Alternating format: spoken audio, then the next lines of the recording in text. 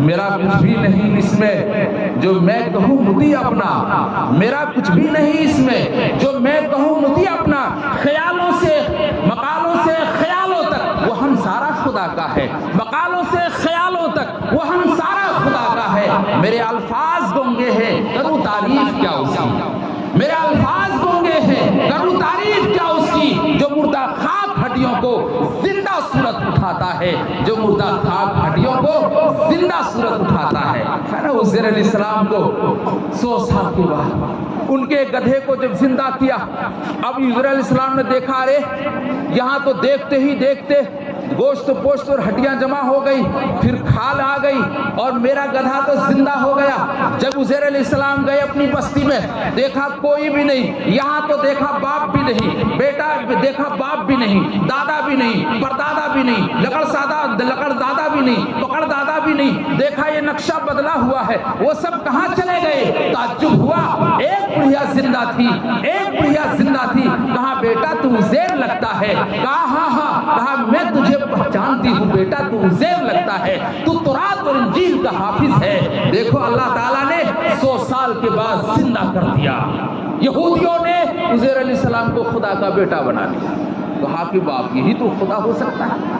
یہ تو ایسا ہی ہو گیا کہ موسیٰ علیہ السلام اپنی 6 لاکھ قوم کو لے کر چلے اور فرعون کے چنگل سے نجات دلائی، تو دیکھا کہ یہاں بیل کی پوجا پاٹ اور اسی کو لوگ عبادت کر رہے ہیں، تو کہا کہ ہمیں اجازت دو، کہا رے اللہ نے تم کو فرعون کے چنگل سے بچایا، اس سمندر سے بچایا، ان کو اور ان کی قوم کو ہلاک کر دیا، ابھی تک جہالت نہیں گئی، اللہ کو چھوڑ کر غیر اللہ کی پوجا کرو گے، ایک اللہ کی عبادت کرو۔ یہی تعلیم موسیٰ علیہ السلام نے دی۔ باہر کے کہنے کا مطلب یہ ہے کہ عزیر علیہ السلام جب وہاں گئے تو دیکھا کوئی بھی نہیں، اللہ نے ان کو 100 سال کے بعد زندہ کر دیا۔ فرمایا اصحاب کہ اسی کو فرمایا جو مردہ خاک ہڈیوں کو زندہ صورت اٹھاتا ہے، اور فرمایا قصہ اصحاب کہف کا گواہ ہے اس کی قدرت پر، جو صدیوں بعد سونے کے حقیقت میں جگاتا ہے، جو صدیوں بعد سونے کے حقیقت میں جگاتا ہے۔ یہ عقیدہ اپنے اولاد کو دو کہ اللہ ہی عبادت کے لائق ہے، اور جب فریاد کرنا، جب مرادیں پوری کرنے کا مالک سمجھنا، اسی کے سامنے ہاتھ پھیلانا، وہی سب کا پروردگار، وہی سب کا رب ہے۔ اپنی اولاد کو بتانا، یہاں کوئی ڈر اور خوف نہیں، بربلا بتانا کہ بتاؤ آسمان کو کس نے پیدا کیا؟ کسی دیوتا کسی ہستی نے پیدا کیا؟ نہیں، کس نے پیدا کیا؟ اللہ نے۔ 7 آسمان کو کس نے پیدا کیا؟ اللہ نے۔ زمین کو کس نے پیدا کیا؟ اللہ نے۔ بچوں سے کہلواؤ، چاند کو کس نے پیدا کیا؟ اللہ نے۔ سورج کو کس نے پیدا کیا؟ اللہ نے۔ صبح و شام کو کس نے پیدا کیا؟ اللہ نے۔ تمہارے ماں باپ کو کس نے پیدا کیا؟ اللہ نے۔ پانی کو کس نے پیدا کیا؟ اللہ نے۔ یہ پھلوں کے درخت کو کس نے پیدا کیا؟ اللہ نے۔ فصلیں کون اگاتا ہے؟ اللہ۔ بارش کون برساتا ہے؟ اللہ۔ بگڑی کون بناتا ہے؟ اللہ۔ اولاد کون دیتا ہے؟ اللہ۔ شفا کون دیتا ہے؟ اللہ۔ اور اللہ ہی یہ تمام چیزوں کے مالک ہے، تو قابل عبادت کون ہے؟ اللہ۔ اب تمہاری اولاد نہیں بگڑے گی، اب تمہاری اولاد غیر اللہ کی پوجا نہیں کرے گی، اب تمہاری اولاد کے ایمان پر کوئی ڈاکہ نہیں ڈال پائے گا۔ ان کو تم چاہے انجینئر بناؤ، چاہے گریجویٹ پاس کراؤ، چاہے اسے کمشنر کے عہدے پر بٹھا دو، چاہے دنیا کے کسی بھی کونے میں جائے، ایمان کا سودا تمہاری اولاد نہیں کرے گی۔ اگر تم نے یہ سبق پڑھا دیا، ایمان ان کے دل دماغ میں بٹھا دیا، دنیا کی کوئی طاقت آئے، ناک رگڑ کر مر جائے، مگر ایمان کا سودا نہیں کرے گی تمہاری اولاد، اگر یہ سبق تم نے پڑھا دیا۔ سے بتاؤ، میں اس کی حمد کرتا ہوں، میں اس کے در کا منگتا ہوں، میں اس کی حمد کرتا ہوں، میں اس کے در کا منگتا ہوں، جو ہر منگتے کو دیتا ہے، جو ہر منگتے کا داتا ہے۔ جب میں کانسا اٹھاتا ہوں اسی کے در پہ جاتا ہوں، اس مولا کے نام سے ابتدا جن کے ناموں کی کوئی انتہا نہیں، گردش میں کہاں اس کے مقدر کا ستارہ، اور جس کو میسر تیری رحمت کا سہارا، تو تنہا ہے، اکیلا ہے، تو احد صمد ہے، غیرت تیری کرتی نہیں شرکت تو گوارا۔ اب بتاؤ، تمہارے سر کے بال کو کس نے پیدا کیا؟ اللہ نے۔ آنکھ کس نے پیدا کی؟ اللہ نے۔ زبان کس نے پیدا کی؟ اللہ نے۔ چکھنے کی طاقت کس نے رکھی؟ اللہ نے۔ سننے کی طاقت کس نے رکھی؟ اللہ نے۔ سونگھنے کی طاقت کس نے رکھی؟ یعنی قوت شامل یہ تمہارے جسم کے پارٹ پرزے کو کس نے پیدا کیا؟ اللہ نے۔ جب سب پیدا کیا اللہ نے تو پوجا کس کی کرو گے؟ بت اور شیطان کی؟ عبادت بھی کرو اللہ، عبادت بھی کرو اللہ کی۔ وہ تنہا ہے، وہ اکیلا ہے، وہ آپ سمد ہے، غیرت تیری کرتی نہیں، شرکت کو گوارا۔ حق یہ ہے کہ تجھ بن کوئی معبود نہیں ہے، کون ہے میرا تیرے سوا مددگار ہمارا؟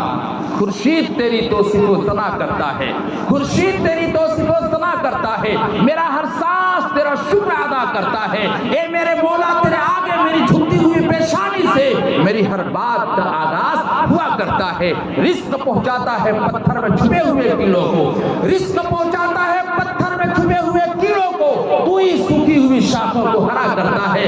بڑا نادا ہے تجھے دور سمجھنے والا، تو شہر رگ سے بھی زیادہ نزدیک رہا کرتا ہے۔ میرا اللہ ہر جگہ حاضر و ناظر ہے۔ تم رات ساون کی اندھیری رات میں بھی کوئی پروگرام بناؤ، میرا رب دیکھ رہا ہے۔ ارے ساون کی اندھیری رات میں چوٹی اگر کالی چٹان پہ چلتی ہے، اس کی آہٹ سے بھی اللہ واقف ہے۔ تم اللہ سے چھپ نہیں سکتے ہو۔ اے غدارو سنو، ظلم و ستم انسانوں پر کرنے والوں، ایک دوسرے کے خلاف پروپیگنڈا کرنے والوں، کسی اور کے مارنے پیٹنے کے پلان بنانے والوں، اللہ کو خبر ہے ساری دنیا سو جائے، این اللہ، مگر اللہ کہاں ہے اس کا پتہ ہے کہ وہ تو دیکھ رہا ہے۔ وہ نہ کھاتا ہے نہ پیتا ہے، وہ نہ سوتا ہے نہ ان کا خاندان ہے۔ اللہ کا نہ قبیلہ ہے نہ اولاد ہے، اللہ کی نہ بیٹی ہے نہ بیٹا ہے، نہ ان کی اولاد ہے، نہ ان کا کنبہ ہے، نہ ان کا قبیلہ ہے، نہ ان کا خاندان ہے، نہ ان کا برادری ہے۔ وہ ان تمام چیزوں سے پاک ہے۔ ساری دنیا سوتی ہے، وہ سوتا نہیں ہے۔ ساری دنیا تھکتی ہے، وہ تھکتا نہیں ہے۔ ساری دنیا بیمار ہوتی ہے، وہ بیمار ہوتا نہیں ہے۔ ساری دنیا پریشان ہو جاتی ہے، وہ پریشان ہوتا ہے نہیں ہے۔ اللہ کی شان تو یہ ہے وہ اپنی شیان شان۔ بعض آدمی جمعہ نماز اگر شروع کرے تو کہتا مولوی صاحب ہم جب نماز شروع کر دیے۔ ارے میاں تم نے نماز شروع کیا تو اللہ پر احسان کر دیا؟ اللہ کوئی نیتا اور لیڈر ہے تمہارے ووٹ کی ان کو ضرورت ہے جو تم احسان جتلا رہو کہ ہم نے نماز شروع کر دیا مولوی صاحب آپ کے کہنے پر، روزہ شروع کر دیا مولوی صاحب آپ کے کہنے پر، تلاوت قرآن شروع کر دیا آپ کے کہنے پر؟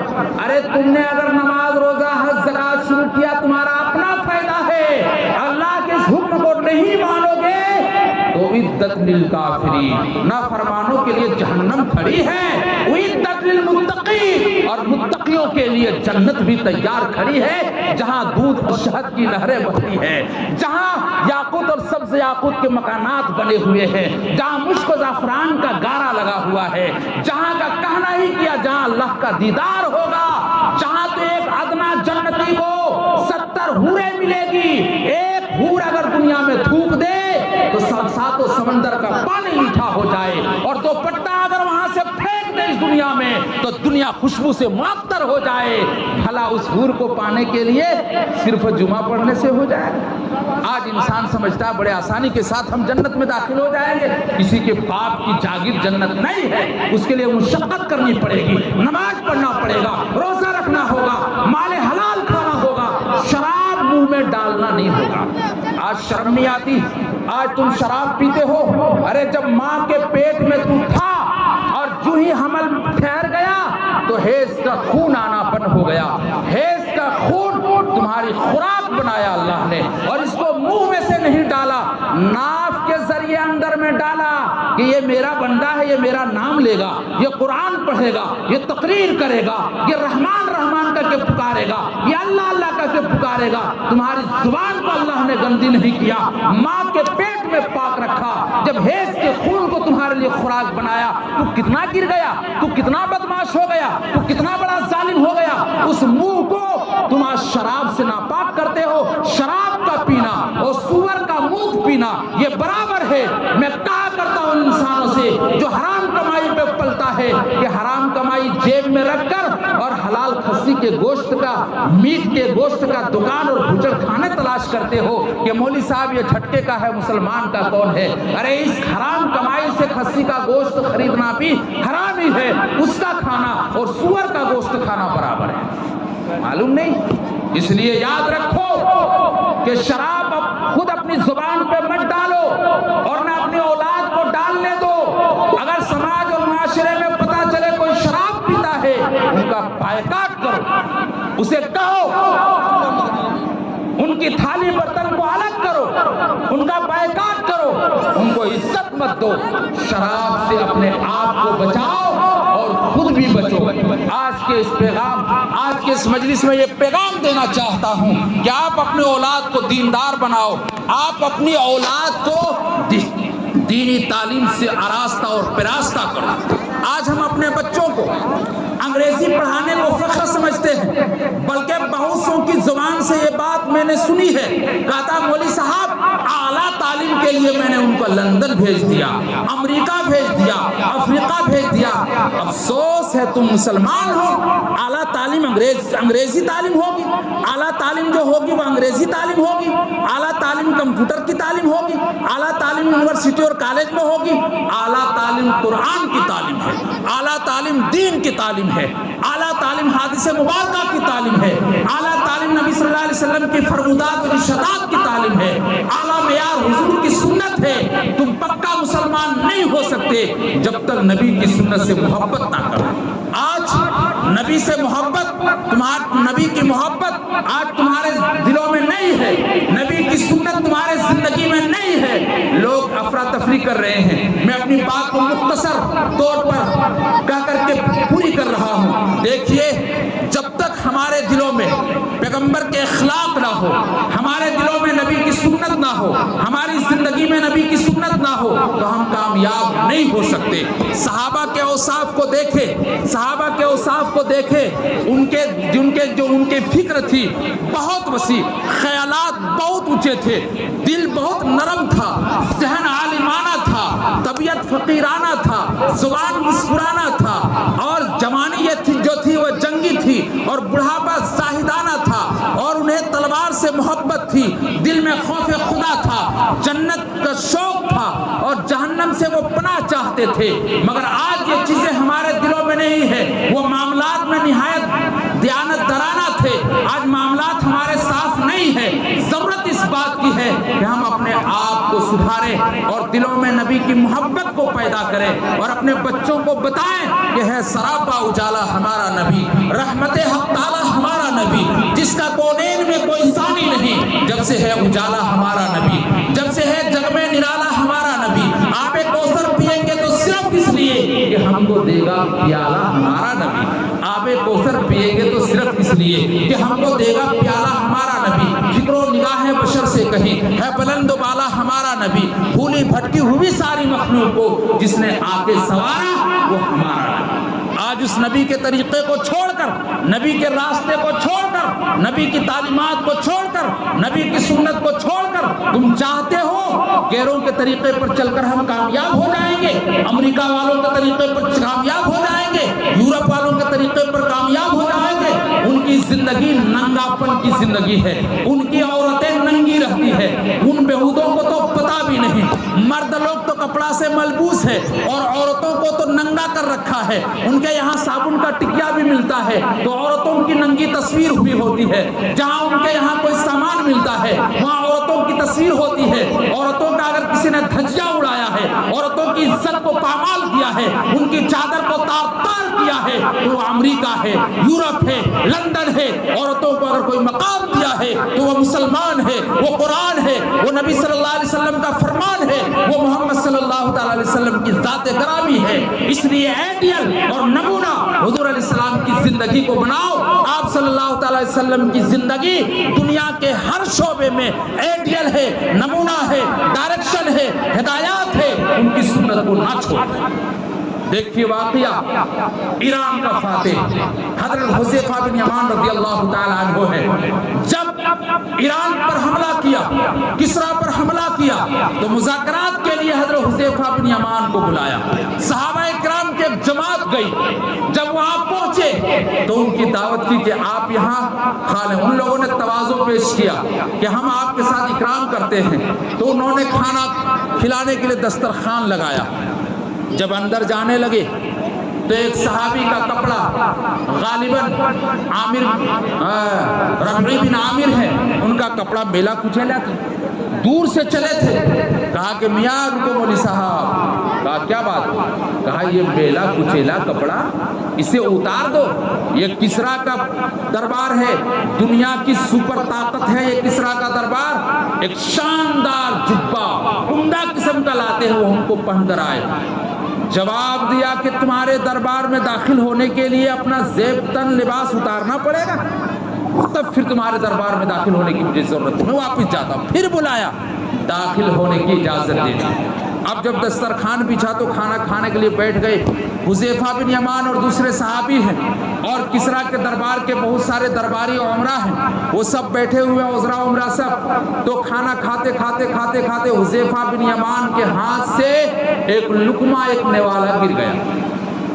حذیفہ بن یمان نے اس کو اٹھایا اور جھاڑنے کی کوشش کی، بغل میں بیٹھا ہوا بے دین نے کوہنی سے مارا اور کہا آپ کو پتا نہیں ہے ان کے دربار میں آپ کی عزت کم ہو جائے گی، لوگ آپ کو ذلیل اور گوار سمجھیں گے۔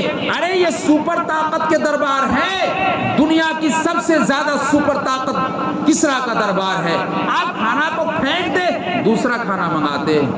حذیفہ بن یمان نے کہا اچھا میرے نبی کی سنت ہے، دسترخوان میں اگر کھانا روٹی گر جائے اسے جھاڑ کر اور دھول غبار لگ جائے تو دھو کر کھا لو، یہ میرے نبی کی سنت ہے، پتہ نہیں کس لقمے میں اللہ نے رزق کے کس لقمے میں برکت رکھی ہے، تو میں نبی کی سنت چھوڑ دوں تمہاری وجہ سے؟ اور ایک تاریخی جملہ فرمایا، حذیفہ بن یمان نے فرمایا اترک سنت رسول اللہ صلی اللہ علیہ وسلم لہؤلاء الحمقاء، ان بے وقوفوں کی وجہ سے، ان جاہلوں گواروں کی وجہ سے میں نبی کی سنت چھوڑ دوں؟ قیامت تو آ سکتی ہے، میں نبی کی سنت نہیں چھوڑ سکتا۔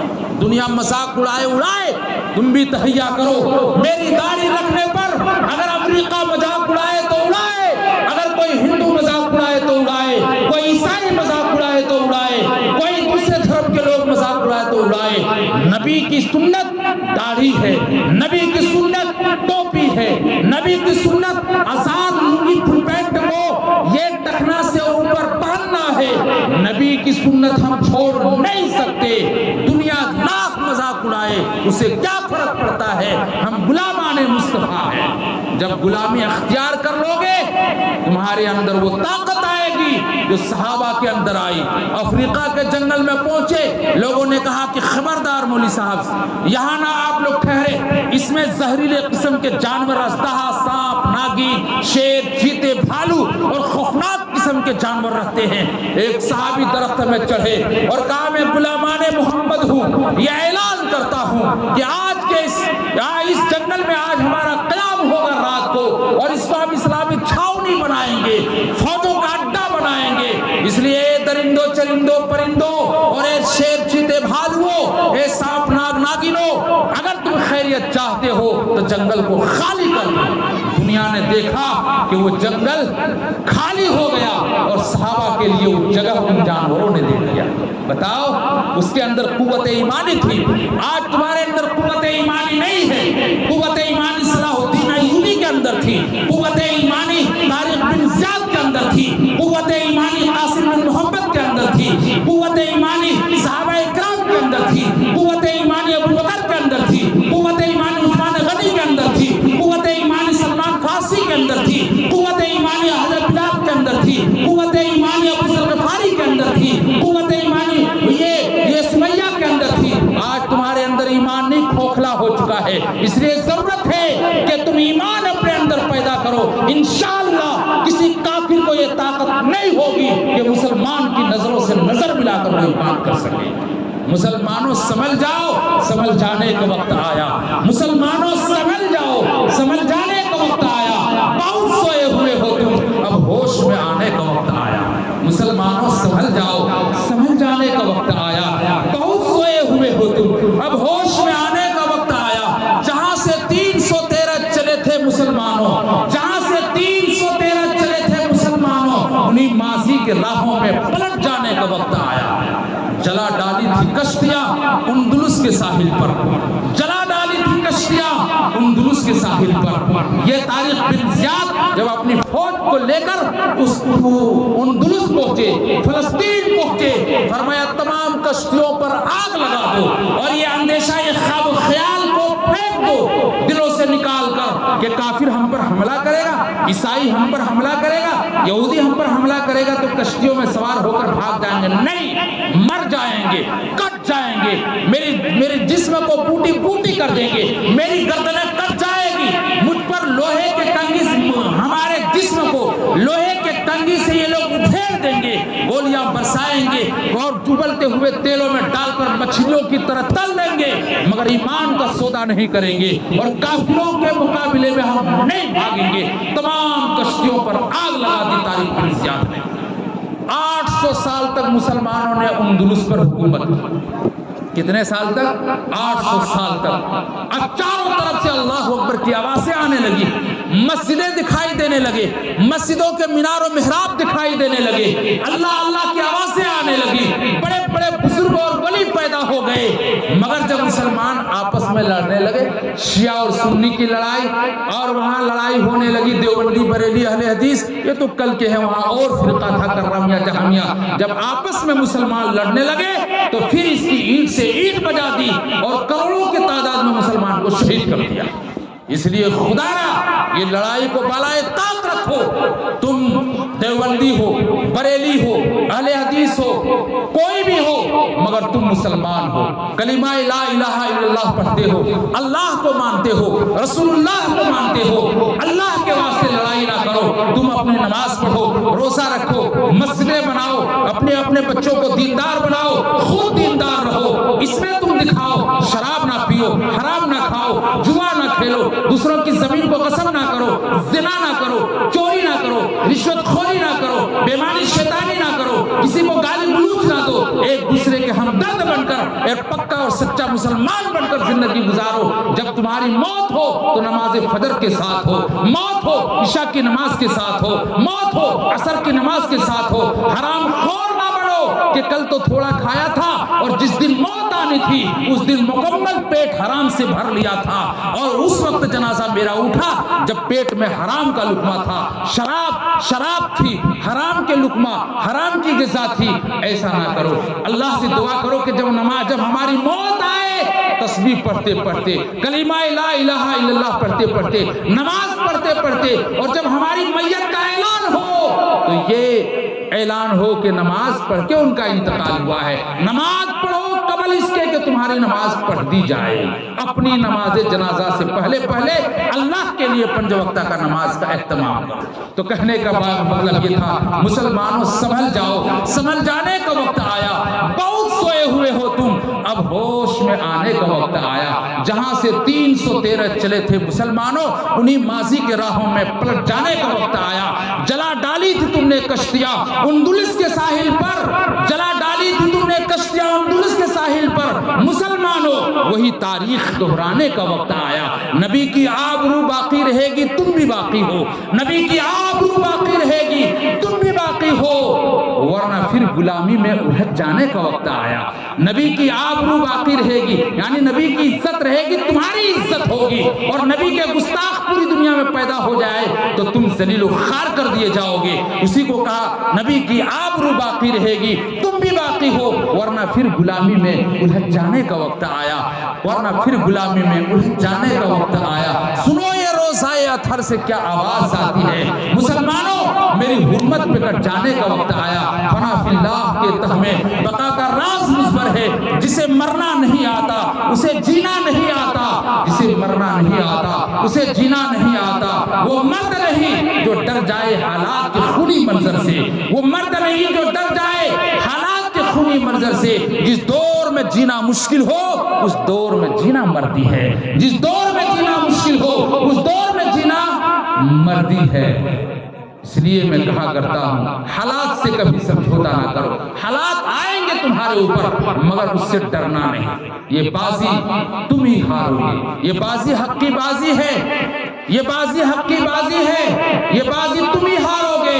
ہر گھر سے موحد نکلے گا، تم کتنے موحد مارو گے؟ ہر گھر سے موحد نکلے گا.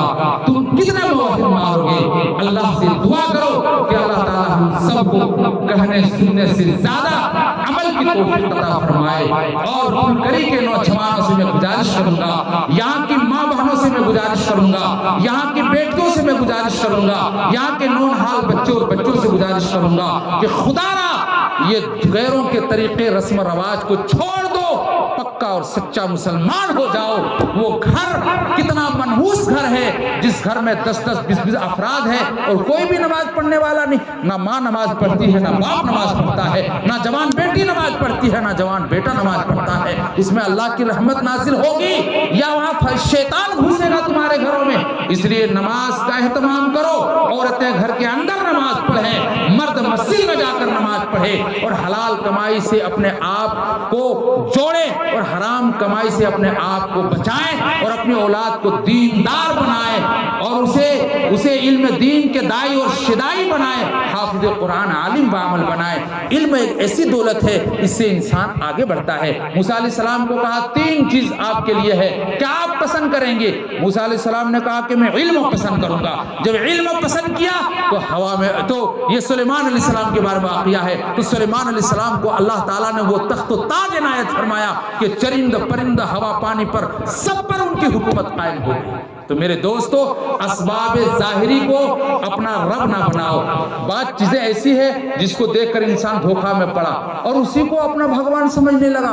اسباب ظاہری تمہارا رب نہیں، اصل میں نافع اور ضار اللہ کی ذات ہے، وہی قابل عبادت ہے. آپ کے اندر جلانے کی صلاحیت اللہ نے رکھی ہے، یہ کیپیسٹی خود آپ کے اندر نہیں. پانی کے اندر پیاس بجھانے کی صلاحیت، ڈبانے کی صلاحیت اللہ نے رکھی ہے، ہوا کے اندر صلاحیت اللہ نے رکھی ہے. تو اسباب ظاہری اور یہ اسباب ظاہری اور باطنی، یہ سب کی یہ جو قوت اور یہ ہے، یہ طاقت جو ہے اللہ نے دی ہے، خود ذاتی طاقت اس کے اندر نہیں ہے. اللہ تعالیٰ سے دعا کریں کہ اللہ تعالیٰ ہم سب کو اسباب ظاہری اور اسباب نفع و ضرر کو ہی اپنا معبود نہ بنانے دے، اور اس کو جو غیروں نے اسباب نفع و ضرر کو اپنا معبود اور بھگوان بنایا، اللہ اسے بھی توفیق دے کہ اللہ کی عبادت کریں. اصل میں نافع اور ضار اللہ کی ذات ہے، ہم اسی کی عبادت ریاضت کریں، ہم اسی کے نام کی نماز پڑھیں. اللہ تعالیٰ سے دعا ہے کہ اللہ تعالیٰ ہم سب کو کہنے سننے سے زیادہ عمل کی توفیق عطا فرمائے. آمین یا رب العالمین. اللهم صل على محمد النبي الأمي وعلى آله وسلم تسليما. الله لا إله إلا هو الحي القيوم وعنت الوجود الحي القيوم لا إله إلا أنت سبحانك إني كنت من الظالمين. ربنا آتنا في الدنيا حسنة وفي الآخرة حسنة وقنا عذاب النار. اللهم أجرنا من النار، اللهم ادخلنا الجنة. اللهم إنا نسألك من خير ما سألك منه نبيك محمد صلى الله عليه وسلم، ونعوذ بك من شر ما استعاذك منه نبيك محمد صلى الله عليه وسلم. يا إله العالمین یا اکرم الاکرمین، ہم سب گنہگار ہیں، قصوروار ہیں. اے اللہ ہم سب گنہگار اور قصوروار ہیں. اے اللہ ہم سب خطاکار ہیں، سیاہکار ہیں. اے اللہ ہم سب کے گناہوں کو معاف فرما. اے اللہ ہم سب کے گناہوں کو معاف فرما. اے اللہ ہم سب کی پریشانیوں کو دور فرما. اے اللہ جو بیمار ہیں ان کو شفائے کلی عطا فرما. اے اللہ جن لوگوں نے دعا کے لیے کہا ہے یا جو کہنے والے تھے یا جن لوگوں کا ہم لوگوں کے اوپر حق ہے، سب کی جائز تمنا مرادوں کو پوری فرما. جو بیمار ہیں ان کو شفائے کلی عطا فرما. اے اللہ سب کے کاروبار میں ترقی عطا فرما، سب کے دکھ دردوں کو دور فرما، سب کے گھروں میں خیر و برکت کا نزول فرما. تمام قسم کے آفات و مصیبتوں سے حفاظت فرما، تمام قسم کے حادثات درگھٹناؤں سے حفاظت فرما. اے اللہ سب کو خوش و خرم والی زندگی عطا فرما، فقر و فاقہ والی زندگی سے حفاظت فرما. اے اللہ اعمال صالحہ کار خیر کرنے کی توفیق عطا فرما. اے اللہ اسی دنیا میں قبر حشر کی تیاری کی توفیق عطا فرما. اے اللہ جو خاتمہ ہم لوگوں کا ہو، اے اللہ جب موت ہم لوگوں کی ہو تو کلمہ لا الہ الا اللہ پر موت فرما. اے اللہ جن بچوں کے نام پر عقیقہ ہوا ہے، اللہ ان بچوں کے عمر کو دراز فرما. اے اللہ ان بچوں کے عمر کو دراز فرما، شیطان کی شرارت سے حفاظت فرما. اے اللہ ان بچوں کو صحت یابی عطا فرما. اے اللہ علم دین کا داعی شدائی حافظ قرآن بنا. اے اللہ ان کے گھر میں خیر و برکت کا نزول فرما. اے اللہ یہ سرزمین فل کریم ہے، اے اللہ خیر و برکت کا نزول فرما. تمام قسم کے فتنوں سے حفاظت فرما، رات دن کے فتنوں سے حفاظت فرما، تمام قسم کی پریشانیوں سے حفاظت فرما۔ اے اللہ سب کی زندگی کو ایک اور نیک بنا، سب کو اے اللہ سب کی زندگی کو ایک اور نیک بنا۔ اے اللہ اپنی عبادت کی زیادہ سے زیادہ توفیق عطا فرما۔ اے اللہ جو نوجوان شراب پیتے ہیں اس سے توبہ کی توفیق عطا فرما۔ اے اللہ جو لوگ بلاتکاری اور زنا میں مبتلا ہیں اس سے پکی سچی توبہ کی توفیق عطا فرما۔ اے اللہ جو لوگ چوری کی طرف بڑھ رہے ہیں اے اللہ ان کو حلال مال کمانے کی توفیق عطا فرما۔ اے اللہ جو دوسروں کی زمین کو قبضہ میں لیے ہوئے ہیں اے اللہ ان کے دل میں خوف اور خدا کا خوف اور ڈر پیدا فرما۔ کہیں یہ ساتوں زمین کا توق بنا کر ان کے گلوں میں کل قیامت کے دن ڈال نہ دیا جائے۔ اے اللہ اس وجہ سے ان کی حفاظت فرما۔ ایک دوسروں کی زمین اگر ناجائز طور پر دبا رکھے ہیں اے اللہ ان کے دلوں میں یہ داعیہ پیدا فرما کہ زمین والوں کے وہ واپس کر دے، ایک دوسرے کے حقوق کے ادائیگی کی توفیق عطا فرما۔ اے اللہ حقوق اللہ اور حقوق العباد کے لحاظ کرنے والا بنا۔ اے اللہ بے شمار خاتون اپنے گھروں میں بیٹھی ہوئی ہے ان کے لیے صالح اور نوجوان صالح اور دیندار لڑکے کا انتظام فرما۔ اے اللہ جن کی شادی ہو چکی ہے اور بے اولاد ہے ان کو اللہ نیک اور صالح اولاد عطا فرما۔ اے اللہ تمام کے گھروں کو اسلامی نظام عطا فرما، اسلامی فضا قائم فرما۔ اے اللہ صحابہ تیرے دین کے لیے مرتے تھے، ہم سب کو اپنے دین کے لیے مرنا اور جینا نصیب فرما۔ پورے عالم میں دین کے ہوا کو چلا دے، بددین ہواؤں کو ختم فرما۔ اے اللہ جو اسلام کے دشمن ہے، جو قرآن کے دشمن ہے، جو نبی کے دشمن ہے، جو مسلمان کے دشمن ہے، جو مسجد اقصی کے دشمن ہے، جو مسجد نبی اور کعبۃ اللہ کے دشمن ہے، اے اللہ اگر ہدایت ان کے قسمت میں ہے تو ہدایت سے مالا مال فرما، ورنہ ایسوں سے زمین کو پاک اور صاف فرما۔ اے اللہ اور ناپاکوں کو موت عطا فرما۔ اے اللہ ترکی میں زلزلہ آیا ہے، اے اللہ ترکی میں زلزلہ آیا ہے، بے شمار مسلمان شہید ہو گئے۔ اللہ 20,000 کے تعداد میں وہاں مسلمان شہید ہو گئے۔ اے اللہ مسلمانوں کے جان کی مال کی عزت کی حفاظت فرما۔ اے اللہ وہاں کے مسلمانوں کی حفاظت فرما، سیریا کے مسلمانوں کی حفاظت فرما، لبنان کے مسلمانوں کی حفاظت فرما، ترکی کے مسلمانوں کی حفاظت فرما۔ اے اللہ زلزلہ کی اس آفت اور مصیبت سے سب کو نجات عطا فرما۔ اے اللہ ہم سب کو اس زلزلہ کو ہم سب کے لیے عبرت بنا۔ اے اللہ ہم سب کو اپنے گناہوں سے توبہ کی توفیق عطا فرما۔ اس مختصر سی دعا کو اپنے فضل و کرم سے قبول اور مقبول فرما۔ وصلی اللہ تعالی علی خیر خلقہ وعلی آلہ وصحبہ اجمعین برحمتک یا ارحم الراحمین۔